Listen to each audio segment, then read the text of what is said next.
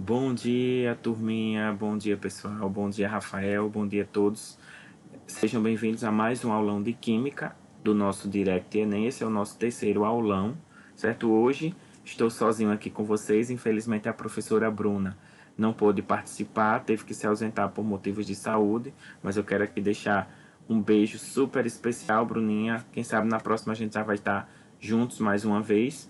E a gente vai dar continuidade aos conteúdos que mais caem no Enem, certo? A gente está nessa perspectiva, trazendo questões, trabalhando conceitos nos conteúdos que mais caem na prova de Ciências da Natureza, especificamente no componente Química. E nesta aula de hoje nós vamos tratar dos temas radioatividade, equilíbrio químico, especificamente falar sobre o princípio de Le Chatelier, e o conteúdo de eletroquímica. Esse é carro-chefe da prova de química. Sempre está caindo questão de eletroquímica, então a gente precisa estar sempre revisando, estudando esse conteúdo. Okay? Outros assuntos já foram abordados nos aulões anteriores. Você pode acessar aqui no YouTube da Sétima Direct. Está tudo gravado para vocês, não só os de Química, mas de todas as outras disciplinas. Então vocês podem ver e rever quantas vezes vocês quiserem.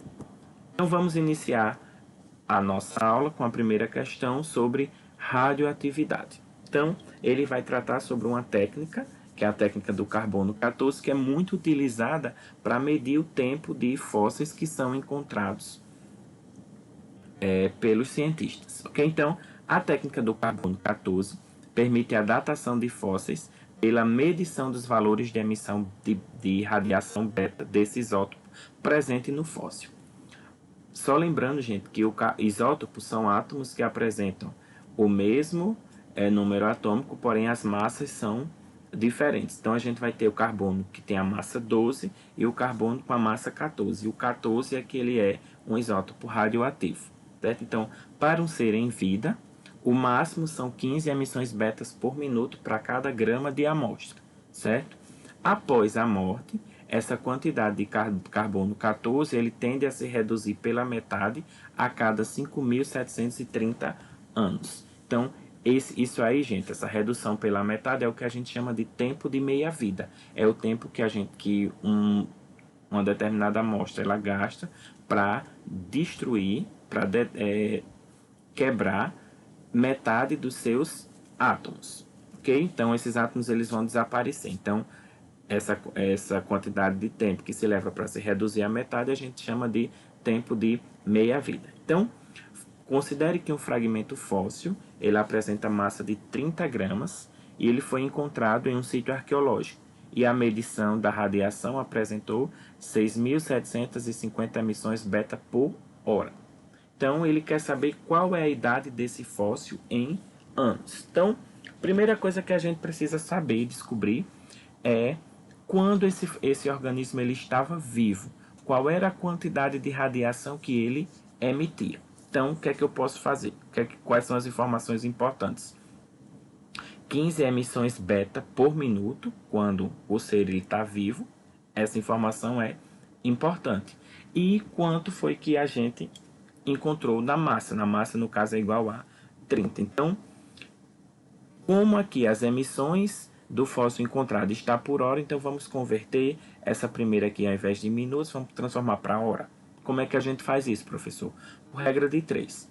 Então, 15 emissões beta para cada 1 minuto. Então, uma hora tem 60 minutos, então qual é a quantidade de radiação que eu vou emitir em uma hora? Multiplico cruzado, 1 vezes x, 15 vezes 60, 900 emissões beta por cada grama. Ok? Então, converti minutos para hora. E agora, eu vou multiplicar pelo total da massa do meu fóssil, que é 30 gramas. Então, quando eu multiplico 900 vezes 30, nós vamos ter um valor de 27.000 emissões beta. Aí você vai, marca alternativa E. Cuidado, essa é a radiação para um organismo vivo. Como se trata de um fóssil, significa dizer que ele já não tem mais vida, que ele morreu. Então, o que é que vai acontecer? A gente precisa saber quantas meias-vidas ele gastou para que a gente possa chegar a esse valor aqui de emissões que eu encontrei. Como assim, professor? Ó, se ele tivesse vivo, essa amostra de 30 gramas não iria emitir 27 mil emissões beta? Sim. Então, lá na questão ele diz o seguinte, ó, a quantidade de carbono 14 se reduz à metade a cada 5.730 anos. Então vamos supor que esse fóssil aí gastou uma meia-vida, ou seja, já passou 5.730 anos que ele existe. Então, que ele morreu. Então, quando esse tempo passar, essa quantidade de emissão ela vai se dividir, vai se reduzir pela metade. Então, a metade de 27 mil é 13.500. Então, 13.500 ainda não é o valor que ele apresentou. Então, ele pode ter gastado mais uma meia-vida. Então, passando-se mais 5.730 anos, esse valor de 13.500 vai se reduzir pela metade e vai chegar ao valor de 6.750 emissões, que é o que eu tenho na minha questão. Isso significa dizer o quê? Que esse meu fóssil, ele gastou 2 meia-vida. Ok? Então, como ele gastou 2 meia-vida, quantos anos ele vai ter? Eu só vou pegar essa quantidade de anos, que é a meia-vida do carbono 14, e multiplicar por 2, que foram as 2 meia-vida que esse fóssil gastou. Então, quando eu multiplico 5.730 vezes 2, vai dar 11.460, que é o tempo, a quantidade de anos que esse fóssil ele tem. Ok? Então, essa é uma questão de radioatividade, então dê uma revisada no conteúdo de radiação, certo? O que é radiação alfa, beta, gama, as características de cada uma delas e o que é tempo de meia-vida. Ok? Então, esses conceitos eles vão lhe ajudar bastante em questões sobre que abordam o conteúdo de radioatividade. Ok? Mais um conteúdo importante é o conteúdo de equilíbrio químico. Aqui, essa questão ele vai trabalhar dentro do equilíbrio químico a parte do princípio de Le Chatelier, que ele vai falar de que um sistema ele tende a ficar no equilíbrio. Se uma perturbação externa alterar o equilíbrio do meu sistema, isso significa dizer o quê? Que o meu sistema ele vai tentar voltar para o equilíbrio, tentando diminuir o efeito daquela perturbação inicial.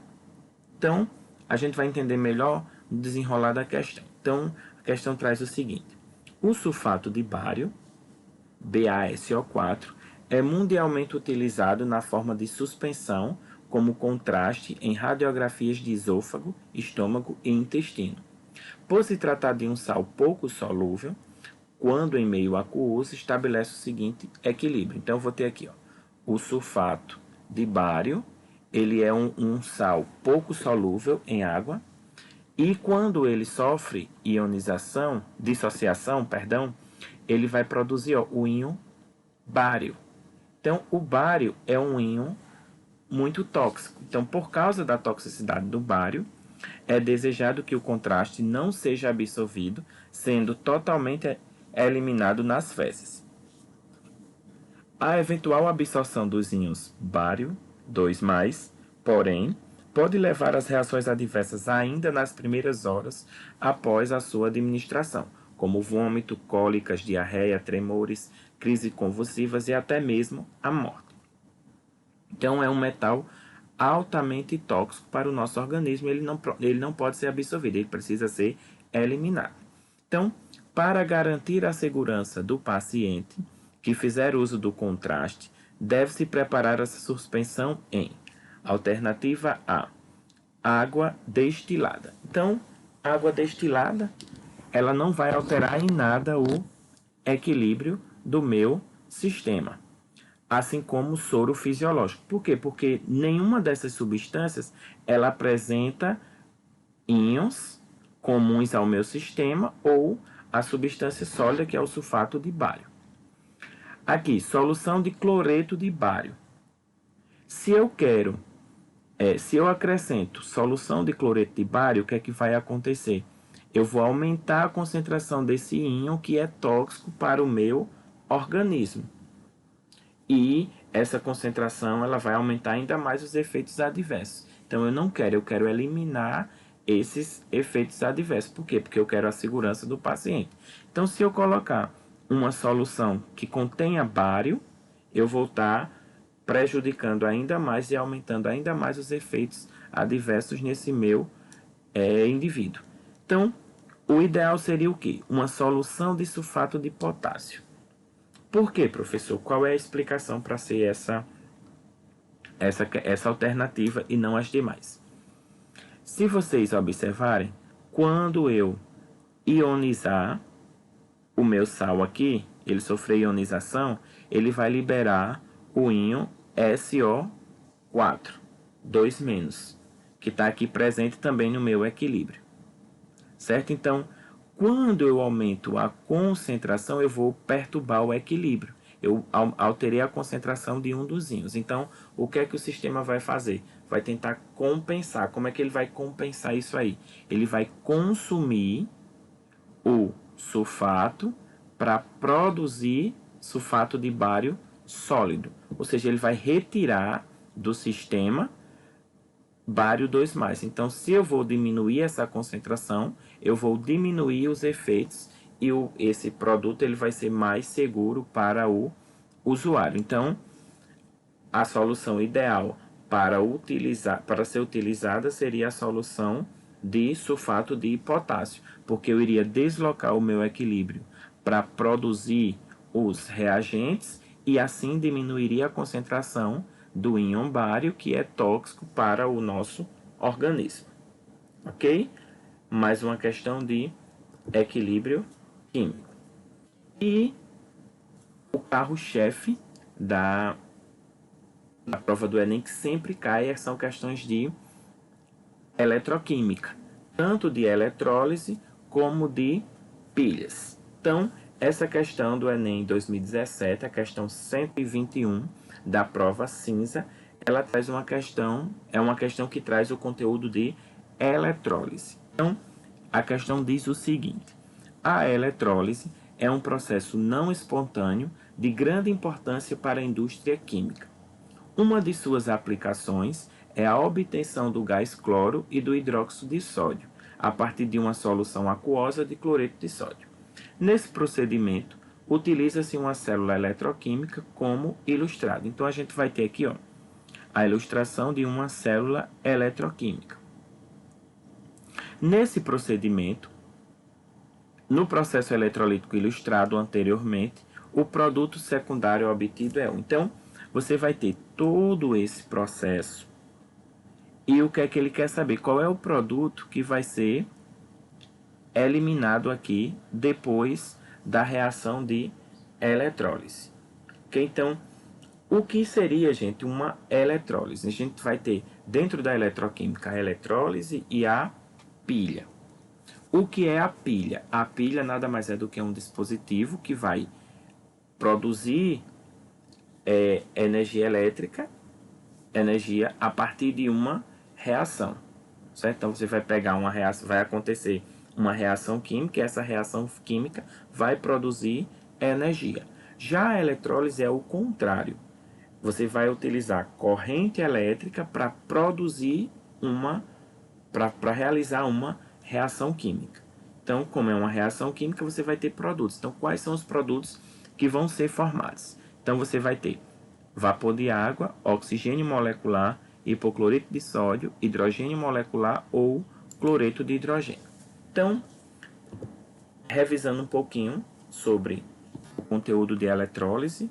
Então, a eletrólise, como acontece em presença de água, a gente chama de eletrólise aquosa. E, se vocês analisarem o nosso sistema, ele vai ter aqui uma solução aquosa de cloreto de sódio. Então, tem cloreto de sódio e nós temos água também. Então, nesse processo, quais são as reações que vão estar envolvidas? Como eu tenho o cloreto de sódio, ele está em solução aquosa, ou seja, em presença de água, ele vai sofrer dissociação iônica, ou seja, ele vai se separar em íons. Então, ele vai produzir o Na+, e o Cl-. Outra reação que também vai acontecer no processo é a reação de autoionização da água, ou seja, a água ela vai se dividir em H+ e OH-. Então, vai acontecer um processo de dissociação, ok? De autoionização da água, aliás. Então, nós vamos ter aí uma disputa de cátions e ânions para saber quem é que vai reagir no processo de eletrólise. Aí a gente vai ver a questão de prioridades. Quem é que vai ter prioridade? Quem é que vai ter vantagem em relação ao outro? Então a gente tem que lembrar de algumas regrinhas básicas.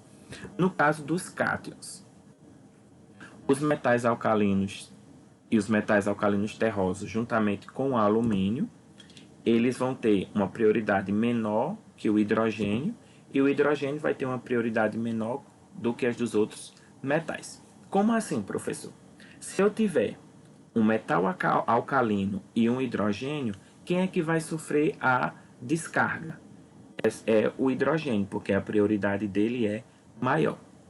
Se eu tiver, por exemplo, um ferro e hidrogênio, ferro vai estar aqui, ó, nos demais metais, então tem prioridade maior. Então, ao invés de ser o hidrogênio, quem vai sofrer a descarga no processo de eletrólise é o ferro. No nosso caso aqui, nós temos sódio e temos hidrogênio. Então, quem tem maior prioridade? O sódio é um metal alcalino.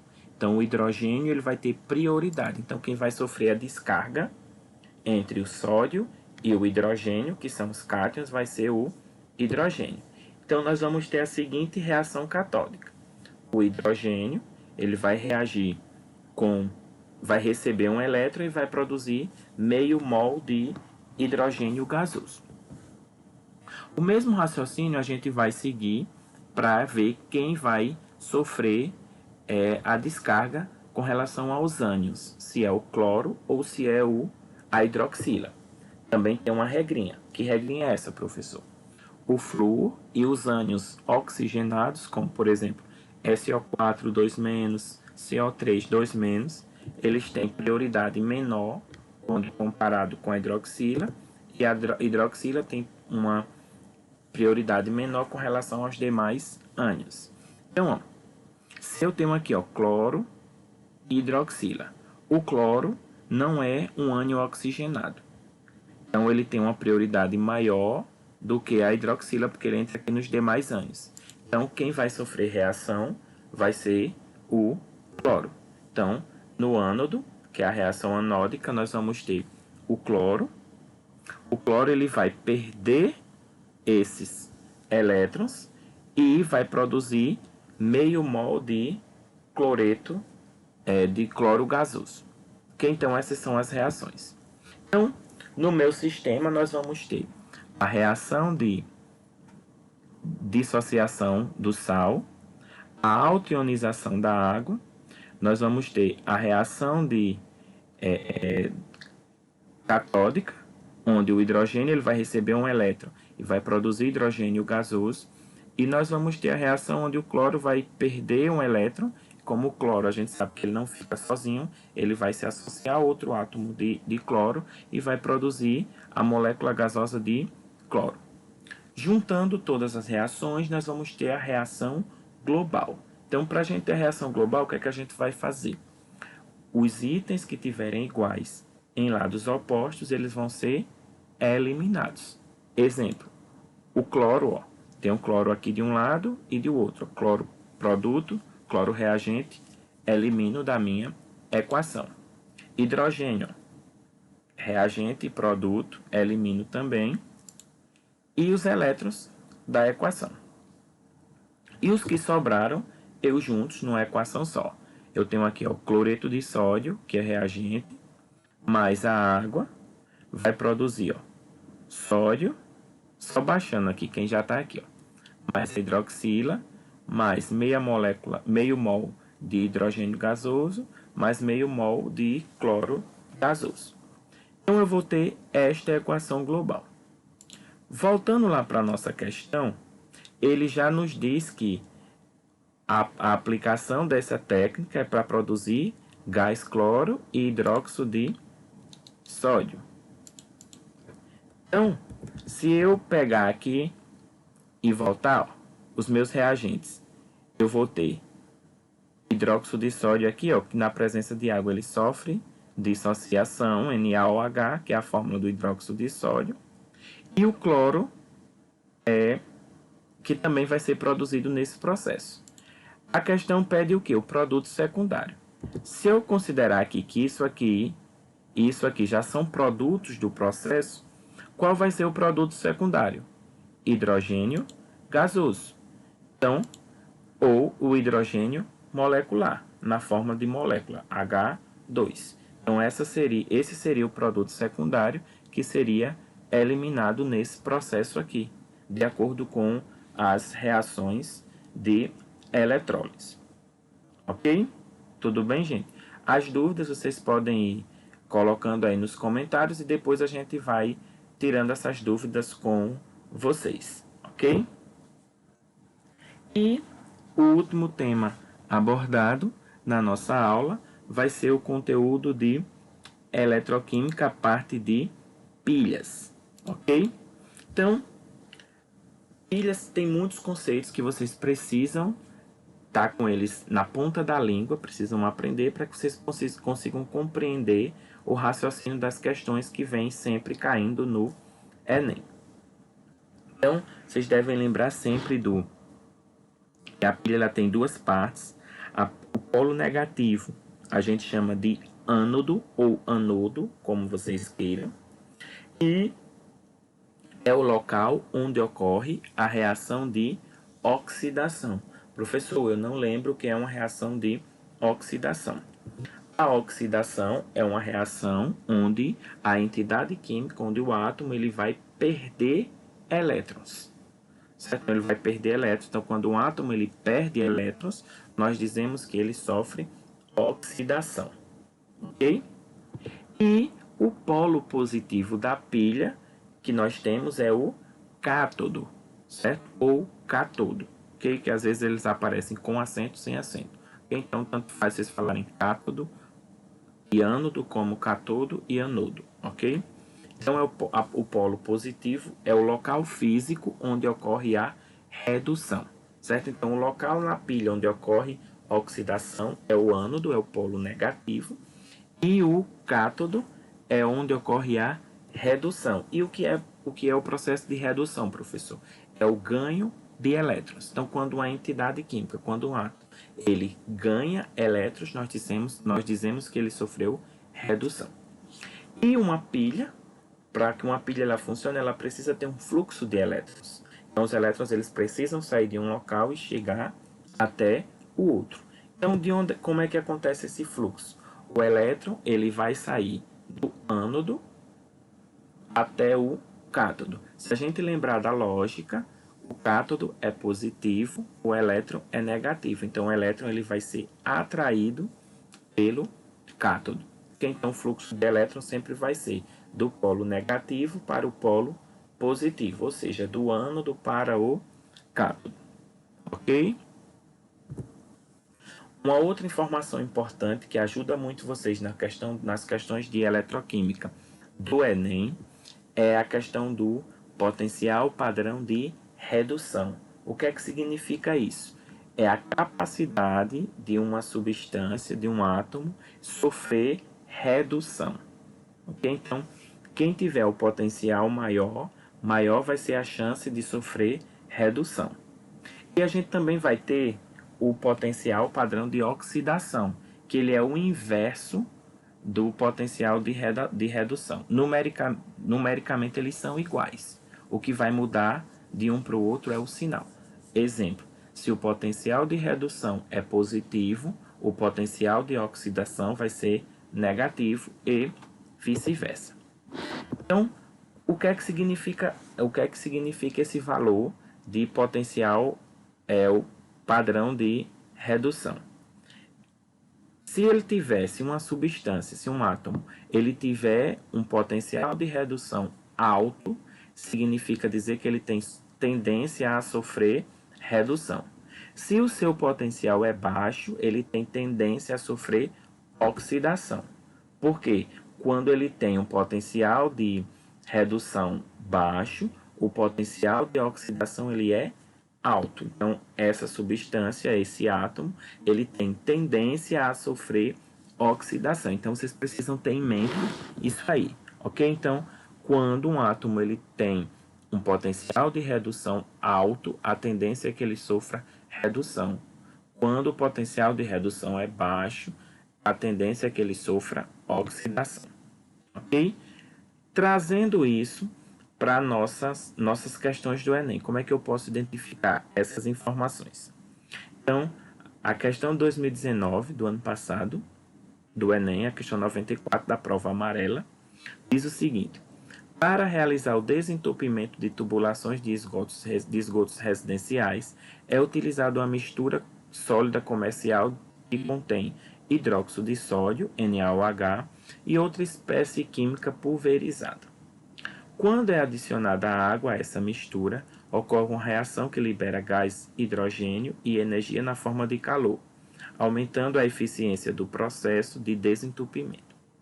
Considere os potenciais padrão de redução da água e de outras espécies em meio básico expressos no quadro. A gente vai ter aqui as semi-reações de redução e o potencial que eu falei para vocês. Qual é a outra espécie que está presente na composição da mistura sólida comercial para aumentar a sua eficiência? Então, ele quer saber qual é essa espécie química que aparece na mistura. Então, analisando as alternativas e considerando que ele fala que a reação libera gás hidrogênio, a única reação que tem liberação de hidrogênio é essa primeira aqui, que é a da altionização da água. Ok? Então, a água ela vai ser um dos reagentes do nosso da nossa mistura. Então, o que é que a gente vai ter? A gente vai precisar de alguém que tenha um potencial menor do que o da água. Okay? Então, quais são de todos esses elementos que tem aqui, qual é o que vai ter um potencial menor? Okay? Porque a água, ela vai receber elétrons, então ela vai sofrer redução. Então eu preciso que alguém tenha um potencial maior para sofrer oxidação. Ok? Então como é que vai acontecer isso daí? Eu comparando aqui os valores do potencial padrão de cada uma dessas substâncias aqui presentes, eu observo que o alumínio e o ferro, eles têm potencial acima do potencial da água. Então, se a água ela vai sofrer oxidação, redução, esses outros vão sofrer oxidação, que são fenômenos que acontecem simultaneamente. Então, se ocorre oxidação, alguém vai precisar reduzir, alguém vai precisar receber esses elétrons. Então, dentre esses dois elementos, quem vai ter um maior potencial? O alumínio. Então, a alternativa correta seria a alternativa A, porque dentre o ferro e o alumínio, quem tem o potencial maior é o alumínio. Então, seria a alternativa A nessa questão de eletroquímica. Mais uma questão de eletroquímica, a questão 114, também da prova de 2019. Então, vocês percebem que é um conteúdo bem presente. E aqui nessa questão, ele traz para vocês conseguirem resolver essa questão, vocês só precisam lembrar, dentro da eletroquímica, número de oxidação, que está relacionado com a quantidade de elétrons que um átomo ele ganha e que ele perde. Se ele ganhasse ou se ele perdesse, qual seria a sua carga. Então, a questão ela diz o seguinte: grupos de pesquisa em todo o mundo vêm buscando soluções inovadoras visando a produção de dispositivos para a geração de energia elétrica. Dentre eles, pode-se destacar as baterias de zinco-A, que combinam o oxigênio atmosférico e o metal zinco em um eletrólito aquoso de caráter alcalino. O esquema de funcionamento da bateria zinco-A está apresentado na figura. Então, aqui a gente tem o esquema dessa bateria. Então, ele quer saber, no funcionamento da bateria, qual é a espécie química que forma no ânodo. Então, eu preciso saber aqui quem é cátodo e quem é ânodo, ok? E assim, gente, para vocês lembrarem quem é o cátodo, quem é ânodo, qual é o tipo de reação que acontece, é só se lembrar. Consoante e vogal. Cátodo começa com C, consoante. Então, redução, que também começa com R, que é consoante. Então, cátodo começa com consoante, redução começa com consoante. Então, no cátodo acontece a reação de redução. O mesmo serve para o ânodo. Ânodo começa com A, que é vogal. Então, no ânodo ocorre oxidação, que começa com O, que também é vogal. Então, lembrem da regrinha vogal consoante, vocês vão saber o que acontece no cátodo e o que acontece no ânodo. Ok? Então, aqui, ó. A primeira reação que acontece, ó, o oxigênio do ar, ele vai se transformar em hidroxila. Então, nessa reação, nessa transformação, o oxigênio, ele é uma substância simples, então ele tem número de oxidação igual a 0. Então, quando ele se transforma em OH-, o número de oxidação ele passa a ser 2. Então, menos 2, perdão. Então, o que é que aconteceu? Uma diminuição no número de oxidação. Do outro lado, nós temos o zinco sólido se transformando nesse composto iônico de zinco. Então, quando o zinco sólido, ele está no estado sólido, substância simples, ele tem número de oxidação igual a 0. Nesse composto aqui, o número de oxidação do zinco passa a ser mais 2. Então, houve um aumento no número de oxidação do zinco. Ok? Alguns elementos, eles apresentam o número de oxidação tabelado. Se for substância simples, qualquer substância simples, o número de oxidação vai ser sempre 0. E se você não tem, são elementos que podem variar o número de oxidação, aí você vai ter que fazer um cálculozinho baseado no número de oxidação dos outros elementos, ok?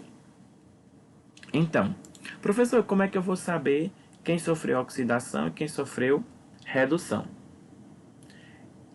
Quando o número de oxidação de um determinado elemento durante uma reação ele aumenta, nós dizemos que ele sofreu oxidação.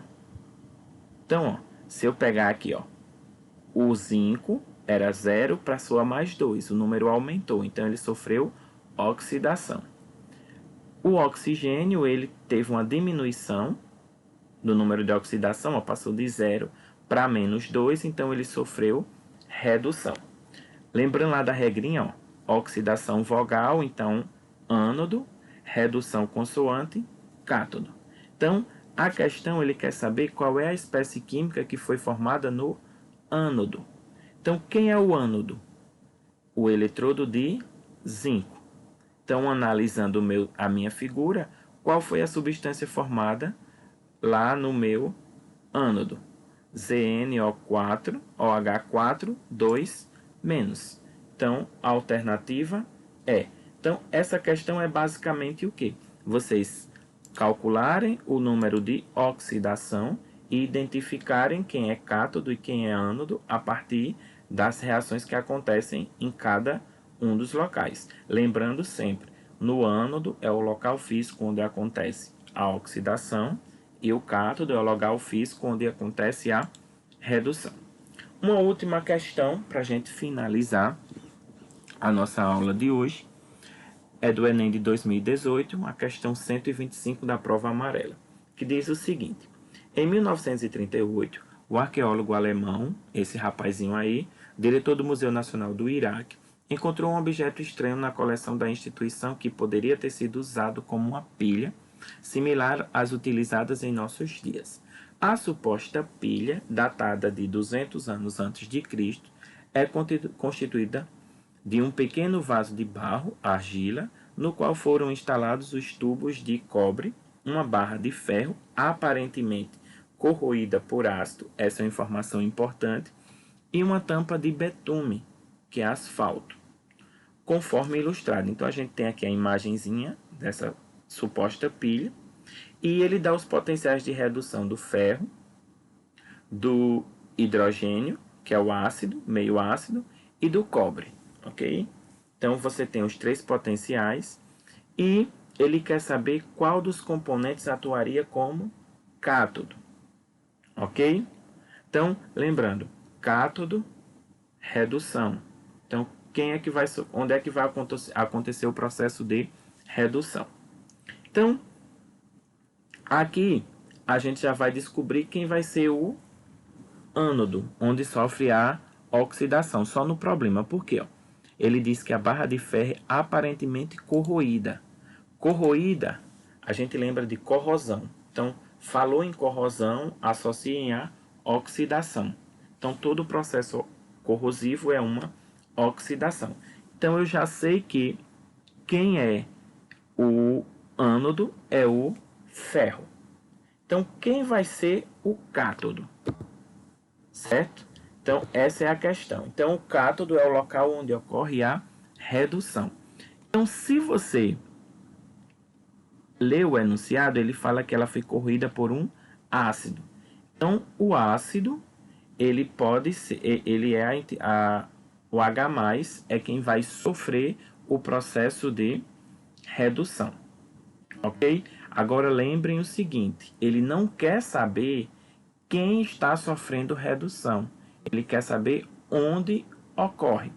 Se você levar em consideração a estrutura, o que é que vai acontecer? Esses elétrons, para eles serem transportados, eles precisam de uma estrutura metálica, porque a gente sabe que uma das propriedades dos metais é o quê? É conduzir corrente elétrica. Então, os metais eles são bons condutores de corrente elétrica. Então, eu já sei que os elétrons eles vão sair do ferro. E vão para onde? Vão passar para o cobre, para o tubo de cobre, que também é um metal. Certo? Então, esses elétrons eles vão chegar até o hidrogênio através do cobre. Então, o hidrogênio que vai estar presente aqui no meio ácido, ele vai se aproximar da placa de cobre e lá na placa de cobre ele vai receber esses elétrons que estão vindo da barra de ferro. Então, o cátodo da nossa pilha aqui seria o tubo de cobre, que é onde vai ocorrer a reação de